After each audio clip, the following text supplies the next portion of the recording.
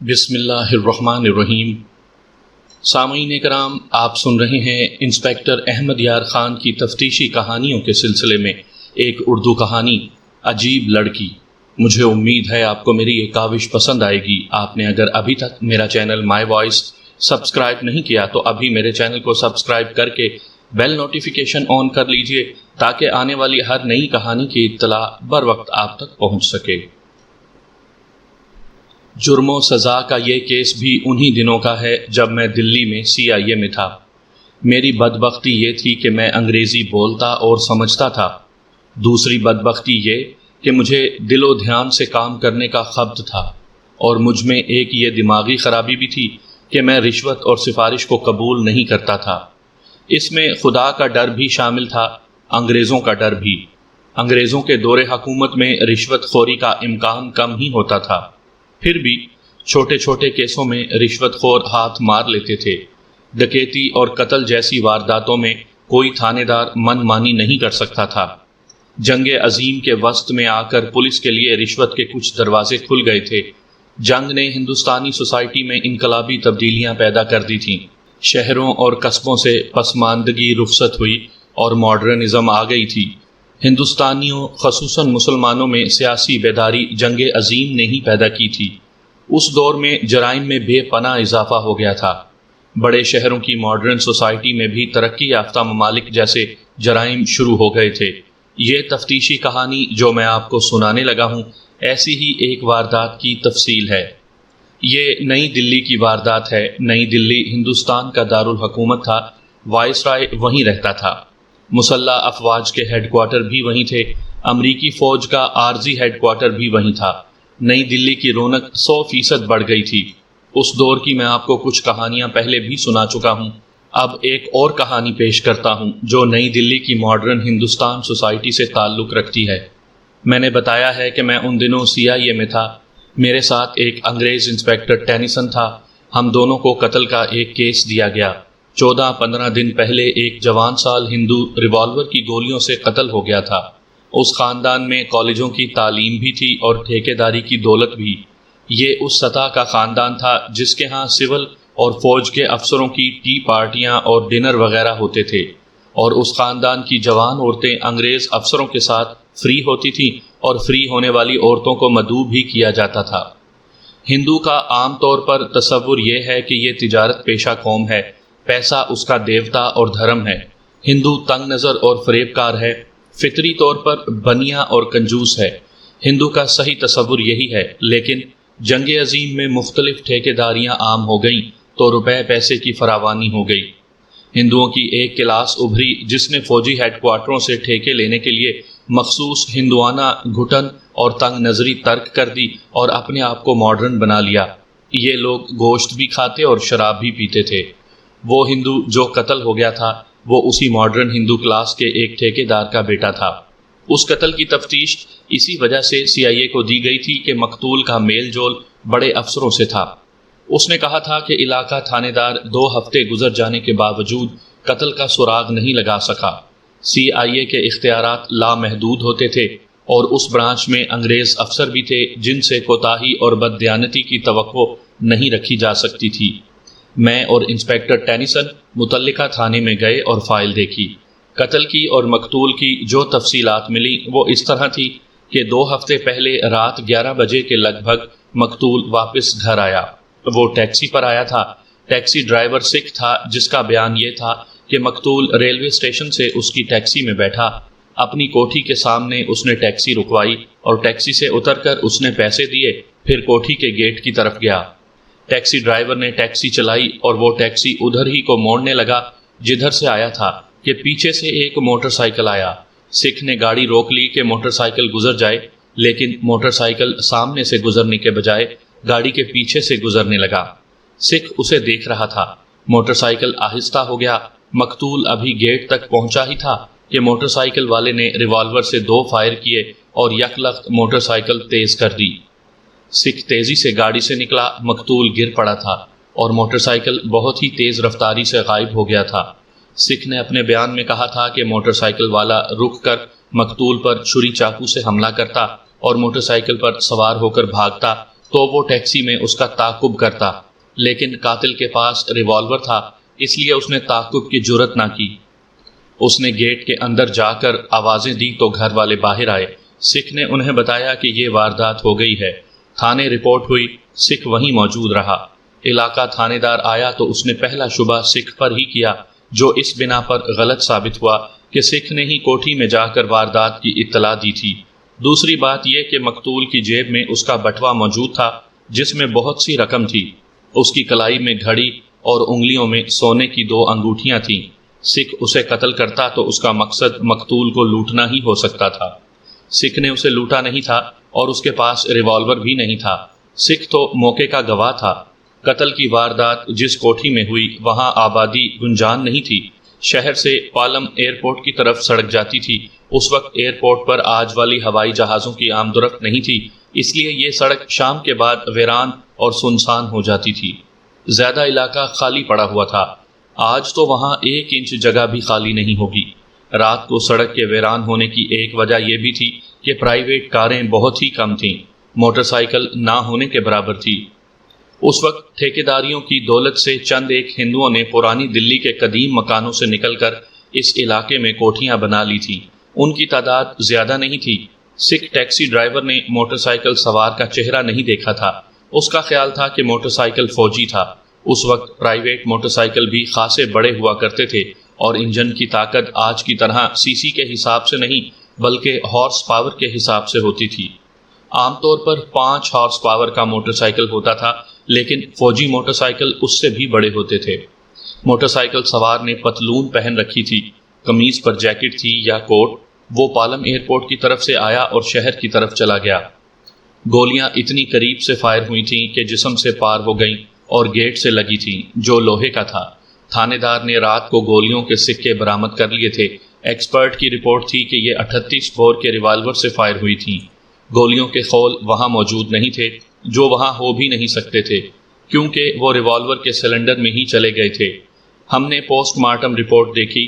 ایک گولی دل کے قریب لگی اور کلیجے میں سے گزر گئی تھی اور دوسری ریڑھ کی ہڈی کو کاٹتی دونوں گردوں کے درمیان میں سے گزری اور جسم کے پار ہو گئی۔ مقتول موقع پر ہی ہلاک ہو گیا تھا۔ 2 پہلو ہمارے سامنے آئے۔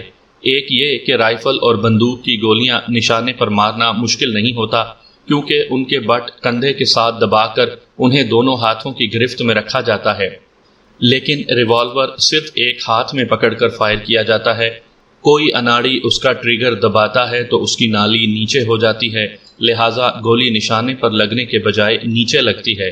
مقتول پر چلتی موٹر سائیکل سے فائر کیا گیا تھا اور گولیاں نشانے پر لگیں۔ اس سے یہ پہلو سامنے آیا کہ قاتل ریوالور کے فائر کا ماہر تھا۔ ماہر وہی ہو سکتا تھا جس کے پاس اپنا ریوالور تھا اور ریوالور فائر کرتا رہتا تھا۔ یہ کوئی اناڑی نہیں تھا۔ دوسرا پہلو اس واردات کا یہ تھا کہ ہندوؤں میں قتل کی وارداتیں اس طرح نہیں ہوا کرتی تھیں جس طرح مسلمانوں کے ہاں ہوتی چلی آ رہی ہیں۔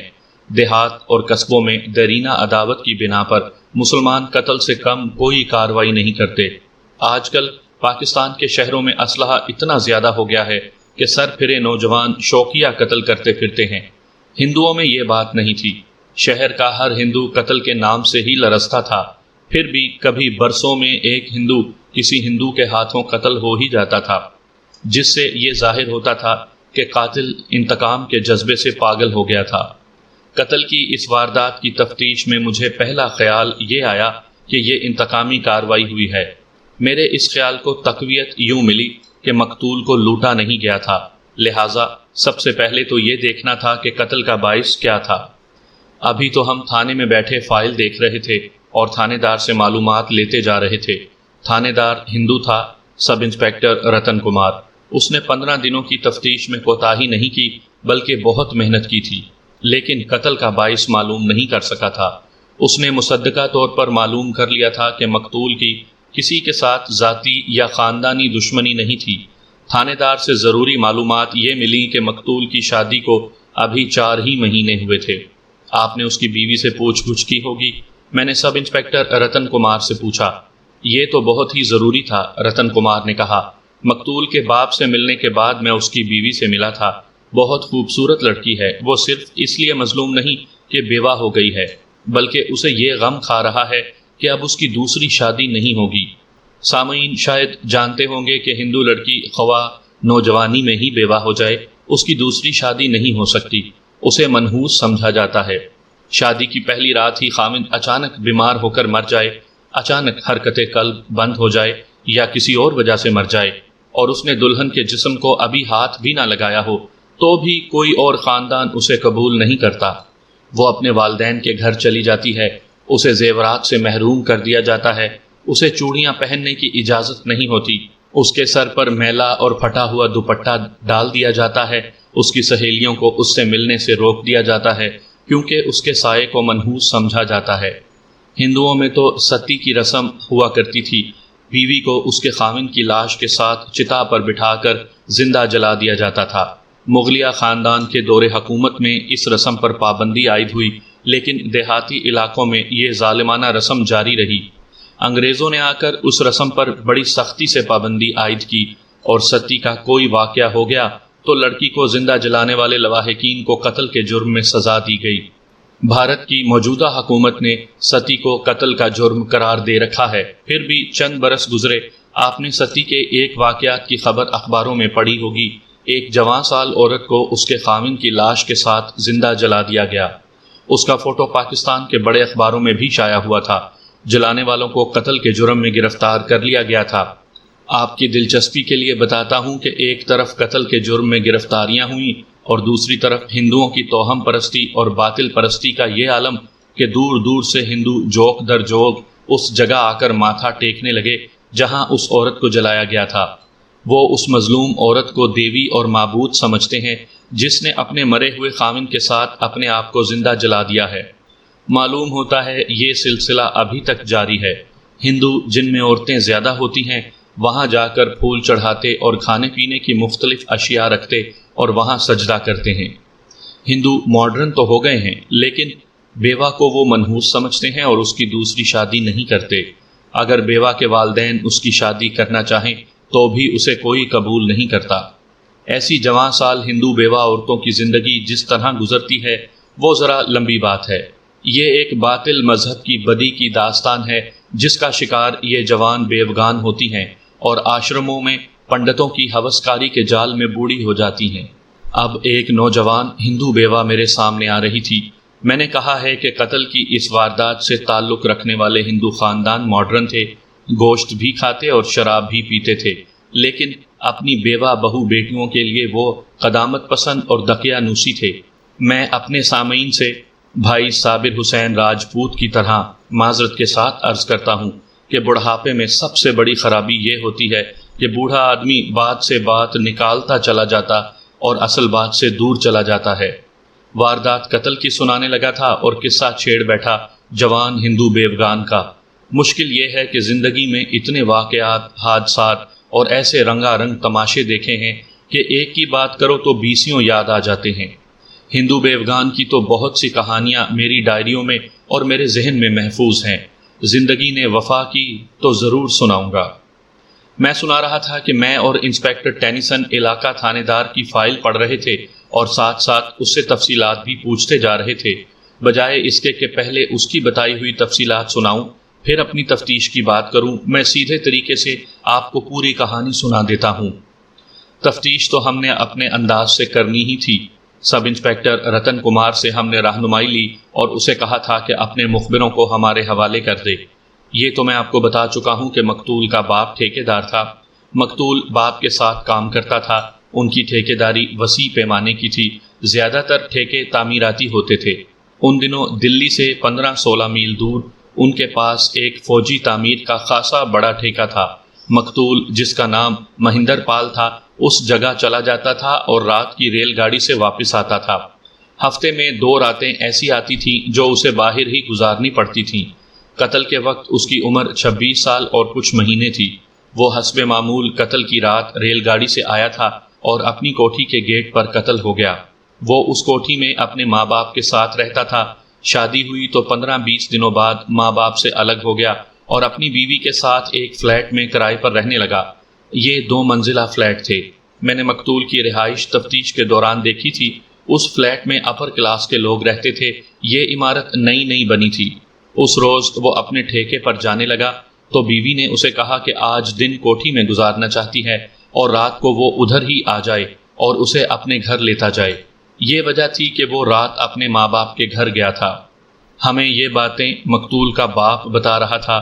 میں اور انسپیکٹر ٹینیسن اس کی کوٹھی میں جا بیٹھے. ہم نے تفتیش کا آغاز ادھر سے ہی کیا تھا. ہمارے کہنے پر اس نے ہمیں گیٹ کے سامنے وہ جگہ دکھائی تھی جہاں اس کے بیٹے کی لاش پڑی پائی گئی تھی. ہم نے اس سے دشمنی کے متعلق پوچھا. اس نے وثوق سے کہا کہ نہ اس کی کسی کے ساتھ دشمنی ہے، نہ اس کے بیٹے کا کوئی دشمن تھا. کاروباری دشمنی بھی ہوتی ہے، میں نے کہا. اس ٹھیکے کا ٹینڈر کسی اور کا منظور ہو جانا چاہیے تھا، لیکن آپ نے اثر و رسوخ سے یا دے دلا کر اپنا ٹینڈر منظور کروا لیا ہو. ایسی بھی کوئی دشمنی نہیں، مقتول کے باپ نے جواب دیا. آپ اس طرف دھیان نہ دیں، میں غور کر چکا ہوں. میں آپ کو بتاتا ہوں. ہم کاروباری لوگ ہیں، کاروبار میں رقابتیں ہوتی ہیں، کمپٹیشن ہوتا ہے، ایک دوسرے کو قتل نہیں کیا جاتا. میرے بیٹے کے قتل کی وجہ کوئی اور ہے. یہ میں جانتا ہوں کہ میرے بیٹے کے قتل کے جرم میں اگر 1 درجن آدمیوں کو پھانسی دے دی گئی تو میرا بیٹا زندہ نہیں ہو جائے گا.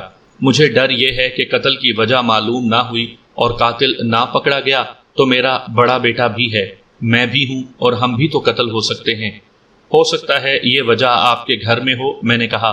مثلاً آپ کی بہو ہے، کیا آپ نے اس پر کبھی غور کیا ہے؟ کیا ہے، اس نے جواب دیا. کوئی ہندو لڑکی اپنے خاوند کو قتل نہیں کرواتی، کیونکہ ہندو لڑکی بیوہ ہو جائے تو اسے ساری عمر بیوگی میں گزارنی پڑتی ہے. میں ایک بات واضح طور پر آپ سے کہہ دینا ضروری سمجھتا ہوں، میں نے کہا. ہم قاتل کا سراغ لگا رہے ہیں. ہمیں آپ سے کچھ ایسی باتیں پوچھنی پڑیں گی کہ آپ اپنی بے عزتی محسوس کریں گے. ہم آپ کی بے عزتی نہیں کرنا چاہتے، یہ ہماری ضرورت ہے، بلکہ یہ آپ کی ضرورت ہے. انسپیکٹر ٹینیسن نے کہا. کسی بات پر پردہ ڈالنے کی کوشش نہ کرنا. آپ مجھے پسماندہ آدمی نہ سمجھیں. اس نے مسکراتے ہوئے جواب دیا. میں انگریز اور اینگلو انڈین افسروں کی سوسائٹی میں اٹھنے بیٹھنے والا آدمی ہوں. میرے گھر کی کسی بھی لڑکی کے متعلق کچھ پوچھنا ہے تو بے تکلفی سے پوچھیں. آپ نے کہا ہے کہ کوئی ہندو لڑکی اپنے خاوند کو قتل نہیں کروائے گی، میں نے کہا، کیونکہ اسے ساری عمر بیوہ رہنا پڑتا ہے. میں آپ کو ایسی 3 وارداتیں سنا سکتا ہوں کہ ہندو لڑکی نے اپنے خاوند کو قتل کروایا اور مسلمان آشنا کے ساتھ بھاگ کر مسلمان ہو گئی اور اس کے ساتھ شادی کر لی. ایک نے اپنے خاوند کو زہر دیا تھا اور 2 نے اپنے خاوندوں کو دوسرے طریقوں سے مروایا تھا. آپ میری بہو کے متعلق جاننا چاہتے ہیں، اس نے کہا. اسے بھی ذہن سے اتار دیں. یہ لڑکی زندہ دل ہے، بڑی کھلی طبیعت والی ہے. میرے بیٹے کے ساتھ اسے دلی محبت تھی جو بیویوں کو اپنے خاوندوں سے ہوتی ہے. یہ بھی ذہن سے اتار دیں. انسپیکٹر ٹینیسن بول پڑا. وہ بھی ذہن سے اتار دیں. اب آپ کہیں گے کہ یہ بھی ذہن سے اتار دیں کہ آپ کا بیٹا اخلاقی لحاظ سے ٹھیک نہیں تھا. آپ کہیں گے کہ وہ تو بڑا ہی شریف لڑکا تھا، تارک الدنیا تھا. دیکھو مسٹر، آپ کہیں تو ہم آپ کے بیٹے کے قتل کو بھی ذہن سے اتار دیں گے. ہمیں معلوم ہے کہ یہ کیس آپ کے اثر و رسوخ سے ہمارے پاس آیا ہے. آپ ہمیں کوئی گائیڈ لائن دیں گے تو ہم آگے بڑھیں گے. آپ کا بیٹا کریکٹر کے لحاظ سے کیسا تھا؟ میں آپ کو بالکل صحیح بتاتا ہوں. مقتول کے باپ نے، جس کا نام جوگندر پال تھا، کہا. وہ صرف کاروباری معاملات میں تیز اور بیدار تھا. سوشل طور طریقوں میں وہ ٹھیک نہیں تھا. یوں کہیں کہ اس میں زندہ دلی نہیں تھی. اس کی کمی اس کا بڑا بھائی پورا کرتا تھا. مہندر یعنی مقتول کو ہم کاروباری کاموں میں ہی لگائے رکھتے تھے اور وہ خوش رہتا تھا. اس کی حالت یہ تھی کہ راج مزدور کام کر رہے ہیں تو یہ ان کے سر پر سوار ہے. لکڑی کے کام کے لیے کیل منگواتا تو ایک ایک کیل گن کر کام کرنے والوں کو دیتا اور پورا پورا حساب رکھتا تھا. بچت تو اسی طرح ہوتی ہے. اپنی بیوی کے ساتھ بھی ایسا ہی کاروباری رویہ رکھتا ہوگا، انسپیکٹر ٹینیسن نے کہا. میاں بیوی شادی کے فوراً بعد ہم سے الگ ہو گئے تھے، جوگندر پال نے کہا. میں ان کی پرائیویٹ لائف کے متعلق صحیح رائے نہیں دے سکتا. بیوی زندہ دل اور سمارٹ ہے، میں نے کہا. خاوند گھٹی ہوئی طبیعت کا کاروباری آدمی ہے. میں نے یہ بات ایسے کہی جیسے کوئی اپنے آپ سے باتیں کرتا ہے. ہم ڈرائنگ روم میں بیٹھے تھے. میں انگیٹھی پر رکھی ہوئی 2 تصویروں کو بار بار دیکھتا رہا. ایک انگیٹھی کے ایک سرے پر اور دوسری دوسرے سرے پر رکھی ہوئی تھی. دونوں فریم میں تھیں اور دونوں نئے شادی شدہ جوڑوں کی تھیں. جوگندر پال کے 2 ہی بیٹے تھے، ان میں سے ایک مقتول کی تھی. تصویریں بڑے خوبصورت سنہری فریموں میں لگی ہوئی تھیں. ان میں مہندر پال کا فوٹو کون سا ہے؟ میں نے پوچھا۔ مقتول کا باپ اٹھا اور ایک فوٹو اٹھا کر مجھے دے دیا۔ لڑکی کی شکل و صورت تو بہت ہی اچھی تھی، لیکن اس کا قد کاٹ ایسی موزوں حد تک لمبوترا تھا کہ میں نے دل ہی دل میں اس کی تعریف کی۔ کمر پتلی اور گردن لمبوتری تھی۔ تصویر میں دل موہ لینے والی ایک اور چیز تھی، یہ اس کے ہونٹوں کا تبسم تھا۔ اس کی تو آنکھیں بھی مسکرا رہی تھیں۔ یہ پورے جسم کی تصویر تھی جو شادی سے اگلے روز اسٹوڈیو میں اتروائی گئی تھی، یعنی دلہا دلہن کھڑے تھے۔ میں نے دلہن کا جسمانی حسن بیان کیا ہے، اس کے ساتھ دلہا کھڑا تھا۔ دلہا کے کپڑے اچھے تھے، باقی جو کچھ تھا وہ یوں تھا کہ جتنا حسین جسم دلہن کا تھا اس سے زیادہ بھدا جسم دلہے کا تھا۔ اسی عمر میں اس کا پیٹ لٹک آیا تھا۔ اس کا قد دلہن سے 4-5 انچ کم تھا۔ گردن تو اس شخص کی تھی ہی نہیں۔ جہاں گردن ہونی چاہیے تھی وہاں گوشت اور چربی کی افراد تھی۔ یوں کہہ لیں کہ ایک روایتی دکاندار نے بڑا قیمتی سوٹ پہن رکھا تھا۔ میں نے فوٹو انسپیکٹر ٹینیسن کو دے دی اور میں اس کے چہرے کو دیکھنے لگا۔ ٹینیسن کے ہونٹوں پر طنزیہ سا تبسم آ گیا۔ معلوم نہیں یہ میری چھٹی حس تھی یا مجھ میں پلسیوں والی ایک رگ فالتو تھی کہ میرے ذہن میں یہی ایک شبہ جم کے رہ گیا کہ اس شخص کے قتل کا باعث یہ لڑکی ہے۔ قتل اس نے کروایا ہے یا قتل کے ساتھ اس کا کچھ نہ کچھ تعلق ضرور ہے، لیکن ہم نے اور امکانات بھی دیکھنے تھے۔ علاقہ تھانے دار سب انسپیکٹر رتن کمار نے اس خاندان کے متعلق وہ تمام معلومات پہلے ہی اکٹھی کر لی تھی جو تفتیش کے لیے ضروری ہوتی ہیں۔ اس نے بتایا تھا کہ ان دونوں بھائیوں کی بیویاں اور ان بھائیوں کی 2 بہنیں بھی ہیں۔ ایک کی عمر 15-16 سال اور دوسری کی 19-20 سال ہے۔ خاص طور پر خوبصورت تو نہیں، لیکن ان کے رنگ گورے ہیں اور نقش برے بھی نہیں۔ ان کی خوشیاں مشہور ہیں۔ دونوں چلبلی ہیں، چھوٹی اسکول میں پڑھتی ہے اور بڑی 4th ایئر میں ہے۔ میں نے رتن کمار سے ان کے چال چلن کے متعلق پوچھا تھا۔ اس نے اپنے مخبروں کے حوالے سے بتایا تھا کہ یہ دونوں بہنیں کالج کے لڑکوں کو اپنے پیچھے لگانے کے فن کی ماہر ہیں۔ شیطان اتنی ہے کہ ان سے لڑکے بھی گھبراتے ہیں۔ کیا ایسا کبھی ہوا ہے کہ ان کی ایسی کوئی حرکت یا بات ان کے گھر تک پہنچی ہو؟ میں نے رتن کمار سے پوچھا تھا۔ نہیں، رتن کمار نے جواب دیا، یہ تو میں نے گہرائی میں جا کر معلوم کرنے کی کوشش کی تھی، لیکن ایسا کوئی واقعہ نہیں ہوا۔ میں آپ کو یہ بتانا چاہتا ہوں کہ اس خاندان کی لڑکیوں کا کردار کچھ ایسا ویسا ہی ہے۔ میں نے اور انسپیکٹر ٹینیسن نے مقتول کے باپ کو باہر بھیج کر آپس میں تبادلہ خیالات کیا اور مقتول کی بیوی سے ملنے کا فیصلہ کیا۔ جوگندر پال کو اندر بلا کر کہا کہ اپنی بہو کو ہمارے پاس بھیج دے۔ وہ یہاں تو نہیں، اس نے جواب دیا۔ مہندر کے قتل کے 5ویں روز یہاں سے چلی گئی تھی، اپنے ماں باپ کے گھر ملے گی۔ نہیں، اس نے جواب دیا، اسی فلیٹ میں رہتی ہے جس میں خاوند کے ساتھ رہتی تھی۔ کب تک وہاں رہے گی؟ وہ جانے اور فلیٹ والے جانے۔ اس نے کہا، وہاں رہے گی تو کرایہ خود ہی دیا کرے گی یا اس کے ماں باپ دیں گے؟ ہمارے ساتھ تو اس کا کوئی تعلق نہیں۔ لڑکی تو ٹھیک تھی لیکن منحوس نکلی۔ میری بیوی نے اسے خود ہی کہہ دیا تھا کہ وہ یہاں سے چلی جائے۔ ایک بات بتائیں، میں نے پوچھا، ایسا بھی تو ہو سکتا ہے کہ اس لڑکی کی بات کہیں اور پکی ہو گئی تھی اور آپ نے یا آپ کے بیٹے مہندر نے لات ماری اور ادھر سے طے شدہ رشتہ منسوخ کروا کے آپ لڑکی کو بیاہ لائے۔ اس لڑکی کے 3 امیدوار تھے، اس نے بتایا۔ یہ کوئی لڑائی جھگڑے والا معاملہ نہیں تھا۔ لڑکی کے ماں باپ نے دیکھنا تھا کہ زیادہ امیر کبیر کون ہے۔ یہ دیکھ کر انہوں نے رشتہ ہمیں دے دیا۔ ذرا سوچ کر اس نے کہا، ہم ہندوؤں میں ایسے نہیں ہوتا کہ رشتے سے جواب مل گیا تو اس کے دشمن ہو گئے جسے یہ رشتہ ملا ہے۔ ہندو کاروباری قوم ہے جناب، ہم لوگ پیسے سے پیسہ کماتے ہیں۔ ہم اپنے قریبی رشتہ داروں کو پیسہ دے دیتے ہیں تو اس کا بھی سود لیتے ہیں۔ ہم مقدمے بازی میں روپیہ پیسہ برباد کرنے والی قوم نہیں۔ اس کے بعد ہم نے مقتول کی ماں کو بلایا۔ وہ خاصی دیر لگا کر آئی۔ اس کی عمر 50 برس سے اوپر ہی ہوگی، کم نہیں تھی۔ اس کے بیٹے کو قتل ہوئے ابھی 2 ہفتے ہی ہوئے تھے، لیکن وہ پورا میک اپ کر کے اور نوجوان لڑکیوں جیسے کپڑے پہن کر آئی۔ وہ آخر ماں تھی۔ اپنے بیٹے کا نام سنتے ہی اس نے رونا شروع کر دیا۔ اس زمانے میں ٹیشو پیپر نہیں ہوا کرتے تھے۔ اس عورت نے 3-4 بار دوپٹے سے ناک اور آنسو پہنچے تو آنکھوں سے کاجل اور چہرے سے میک اپ بھی صاف ہو گیا۔ ہمیں توقع تھی کہ کاجل اور سرخی پاؤڈر کی تہ میں سے جو عورت برآمد ہوئی ہے یہ اپنی بہو کے خلاف بولے گی اور اس بات پر تو اسے ضرور کوسے گی کہ وہ اس کے بیٹے کو چھین کر لے گئی اور الگ جا آباد ہوئی تھی۔ لیکن اس عورت نے بہو پر کوئی الزام عائد نہیں کیا سوائے اس کے کہ وہ منحوس تھی، میرے بیٹے کو کھا گئی۔ میں نے اور انسپیکٹر ٹینیسن نے اسے بہت کوریدا اور اسے بہو کے خلاف مشتعل بھی کیا، لیکن اس کے منہ سے کوئی ایسی بات نہ نکلی جو مقتول کی بیوی کے خلاف شبہ پیدا کرتی۔ مقتول کے ماں باپ نے ہمیں ذرا سا بھی اشارہ نہ دیا جس سے ظاہر ہوتا کہ قتل کا باعث یہ ہو سکتا یا فلاں شخص پر قتل کا شبہ کیا جا سکتا ہے۔ ہمارے ذہن میں جو ممکن باعث آ سکتے تھے وہ جوگندر پال کے آگے رکھے، لیکن اس نے قابل قبول دلائل دے کر ہمارے ہر شک کو صاف کر دیا۔ اس نے اتنی طویل گفتگو میں ہمیں بتایا تھا کہ مقتول جس کام پر جایا کرتا تھا وہ بہت بڑا تعمیراتی ٹھیکہ تھا۔ اس نے اپنے بیٹے مقتول کی تعریف کرتے ہوئے بتایا کہ اس کام پر 100 سے زیادہ مزدور کام کیا کرتے تھے، راج اور ترخان الگ تھے۔ اس نے یہ بھی بتایا تھا کہ ان مزدوروں میں عورتیں بھی تھیں۔ میرا بیٹا اس فوج کو بڑی عقل مندی سے کنٹرول میں رکھتا تھا، جوگندر پال نے کہا تھا، اور اس کے آنسو نکل آئے تھے۔ ہم جب مقتول کی ماں اور اس کے باپ سے مایوس ہو گئے تو اس کے باپ کی مجھے یہ بات یاد آئی کہ مقتول 100 سے زیادہ مزدوروں کو اپنے کنٹرول میں رکھتا تھا۔ میرے ذہن میں 2 شکوک آئے، ایک یہ کہ مقتول نے کسی مزدور، راج یا ترخان کو کام سے ہٹا دیا ہوگا اور اس نے یہ انتقامی کارروائی کی ہوگی کہ اسے گولی مار دی یا مروا دی۔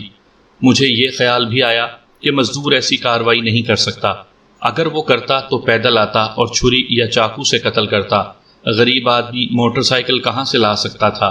یہ انتظام کوئی راج یا لکڑی کا کام کرنے والا کاریگر کر سکتا تھا۔ یہ لوگ اچھا خاصا پیسہ کما لیتے تھے۔ دوسرا شک ان عورتوں کے متعلق تھا جو مزدوری کرتی تھیں۔ پاکستان میں مکان یا کسی عمارت کی تعمیر میں عورتیں مزدوری نہیں کرتی جس طرح مرد کرتے ہیں۔ یہ رواج ہندوستان میں نہ جانے کس صدی سے چلا آ رہا ہے کہ مردوں کے ساتھ عورتیں بھی اینٹ گارا اٹھانے کی مزدوری کرتی ہیں۔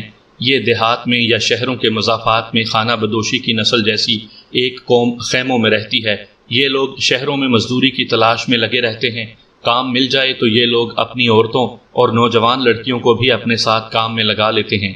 ان میں بعض لڑکیاں بڑی اچھی شکل و صورت والی بھی ہوتی ہیں۔ میں پاکستان کی مثال دیتا ہوں۔ پاکستان میں اینٹوں کے بھٹوں پر پورا گھرانہ کام کرتا ہے۔ چھوٹے چھوٹے بچے بھی کچی پکی اینٹیں اٹھاتے ہیں۔ بھٹوں کے اکثر و بیشتر مالکان پورے کنبے کو کچھ قرض دے کر کام لیتے رہتے ہیں۔ بعض لوگ کسی مجبوری کی وجہ سے ان مالکان سے کچھ رقم قرض لے لیتے ہیں جو وہ کبھی واپس نہیں کر سکتے۔ آج کل تو سنا ہے کہ یہ رواج عام ہو گیا ہے کہ کسی بھٹے پر نوکری کے لیے کوئی کنبہ جاتا ہے تو وہ قرض کا مطالبہ کرتا ہے۔ اس قرض کا اشتام لکھا جاتا اور مقروض کے انگوٹھے لگوا لیے جاتے ہیں۔ ان پڑھ دیہاتی اشتام اور انگوٹھے سے بہت ڈرتے ہیں۔ بھٹا مالکان ان کے ساتھ من مانی کرتے ہیں، ان کے چھوٹے چھوٹے بچوں سے بھی اینٹیں اٹھواتے اور صبح سے شام تک کام لیتے ہیں۔ ان کی جوان عورتوں کو وہ اپنی ذاتی ملکیت بنا لیتے ہیں۔ حکایت شمارہ جون 1992 کا ٹائٹل دیکھیں، اس پر چھوٹی سی ایک بچی کی تصویر ہے جس نے 2 اینٹیں اٹھا رکھی ہیں۔ یہ امریکہ کے ایک مشہور ہفتوار پرچے نیوز ویک سے لیا ہوا فوٹو ہے۔ اس امریکی پرچے نے پاکستان اور بھارت میں عورتوں اور بچوں سے مشقت لینے اور انہیں مختلف طریقوں سے اپنے غلام اور لونڈیاں بنا کر رکھنے کے متعلق ایک فیچر با تصویر شائع کیا تھا۔ یہ ظالمانہ سلسلہ کچھ عرصے سے پاکستان میں شروع ہوا ہے۔ بھارت میں تو یہ ہمیشہ جاری رہا ہے۔ مردوں کے ساتھ عورتیں بھی مزدوری کرتی آ رہی ہیں۔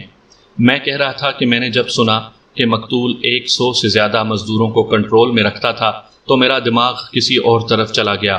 میں نے جوگندر پال سے اس کے بہو کے فلیٹ کا ایڈریس نوٹ کیا اور ہم وہاں سے آ گئے۔ مجھے یاد ہے کہ شام کے 4 بج رہے تھے۔ گاڑی میں انسپیکٹر ٹینیسن کو میں نے اپنا شک بتایا۔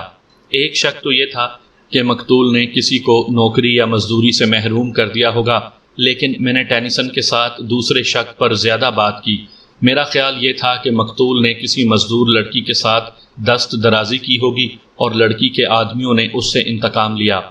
نہیں مسٹر ملک، انسپیکٹر ٹینیسن نے کہا، جن لوگوں کی عورتیں بھی روٹی کی خاطر مزدوری کرتی ہیں وہ لوگ موٹر سائیکل اور ریوالور کہاں سے لے آئے ہوں گے؟ اس کے علاوہ یہ بھی ذہن میں رکھو کہ مقتول اس کے باپ کے کہنے کے مطابق صرف کاروباری معاملات میں دلچسپی رکھتا تھا۔ ایسے آدمی بزدل اور تنگ نظر ہوا کرتے ہیں، عورتوں میں دلچسپی نہیں لیا کرتے۔ انسپیکٹر ٹینیسن، میں نے کہا، اگر تم ناراض نہ ہو جاؤ تو کہوں؟ تمہارے پادری، ہمارے مولوی اور ہندوؤں کے مندروں کے پنڈت بھی عورتوں میں دلچسپی نہیں رکھتے، کیا خیال ہے تمہارا؟ ہم وہاں چلیں گے۔ اپنے ملک کے مقتول جیسے سیدھے سادے آدمیوں کو میں بڑی اچھی طرح جانتا ہوں۔ مقتول کی بیوی سے ملنا زیادہ ضروری ہے، ٹینیسن نے کہا، اور کچھ سوچ کر بولا، مسٹر ملک، میں کچھ ایسا محسوس کر رہا ہوں کہ ہم قاتل کو جلد ہی پکڑ لیں گے، حالانکہ ہمیں ابھی ذرا سا بھی کوئی اشارہ نہیں ملا۔ تمہارا کیا خیال ہے؟ میں تو اپنے خدا سے رہنمائی لیا کرتا ہوں، میں نے کہا، خدا نے میری ہمیشہ مدد کی ہے۔ تم مسلمان تو ہر بات میں خدا ہی خدا اور اللہ ہی اللہ کرتے رہتے ہو، ٹینیسن نے کہا، اور مجرم زمین کے نیچے چلے جاتے ہیں۔ میں اپنے دماغ سے رہنمائی لیا کرتا ہوں۔ لیکن انسپکٹر ٹینیسن، میں نے کہا، خدا صرف ان کی رہنمائی کرتا ہے جن کے دلوں میں بھی خدا ہوتا ہے۔ اوہ، اس نے اکتائے ہوئے لہجے میں کہا، تم تو کبھی کبھی مولوی بن جاتے ہو۔